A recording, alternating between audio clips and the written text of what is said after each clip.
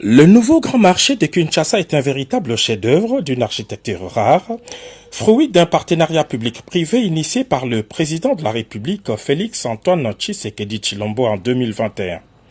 Des pavillons modernes, des entrepôts sécurisés, 10 000 étalages adaptés et des trottoirs spacieux, les nouveaux Zando à tout d'un marché moderne prêt à ouvrir ses portes pour près de 50 000 acheteurs par jour. Mais seulement voilà, Zando reste toujours fermé, car derrière ces belles images se cachent plusieurs problèmes qui retardent sa mise en service. La première équation est l'accès au grand marché.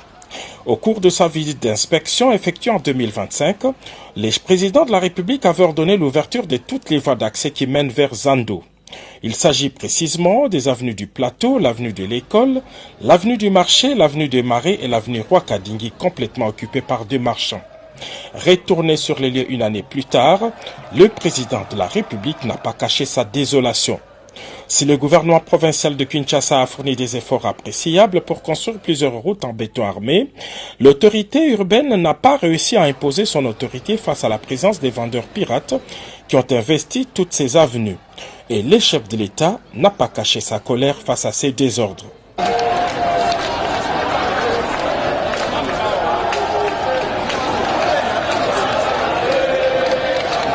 L'autre situation qui a hérité les chefs de l'État est l'assainissement du milieu. L'avenue Roi-Kadingi, principale voie d'accès du grand marché, était redevenue un dépotoir public. Quelques heures avant le passage du président de la République, Roi-Kadingi et toutes les avenues adjacentes étaient transformées en marché pirate où les marchandises côtoient les odeurs nauséabondes. Encore une fois, le déficit d'autorité a été fustigé.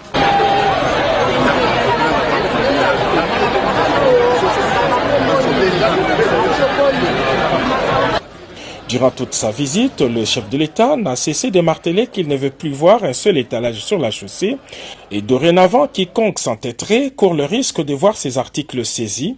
Ordre a été donné à tous les services concernés. Selon nos propres informations, les éléments de la police affectés à cet endroit se sont transformés en percepteurs de taxes illicites avec la complicité des commerçants expatriés. Face à cette impuissance, beaucoup proposent la réquisition des éléments des FARDC pour imposer l'ordre. Le plus grand défi qui retarde l'ouverture des Zando est le système d'assainissement. Pour un marché appelé à recevoir plus de 50 000 personnes par jour, il n'y a pas de système d'adduction et d'évacuation des eaux. Les constructeurs auraient-ils oublié de construire un système de drainage? Même si tout a été fait pour dissimuler les chaos des Roi-Kadingi, son grand caniveau bouché a révélé tout ce qui a été fait à la dernière minute.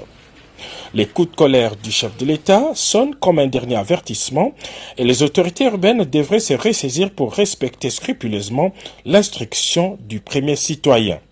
En attendant, les Kinois attendent de pied ferme la réouverture du grand marché, ce qui devrait permettre le démantèlement de tous les marchés pirates à travers la ville capitale.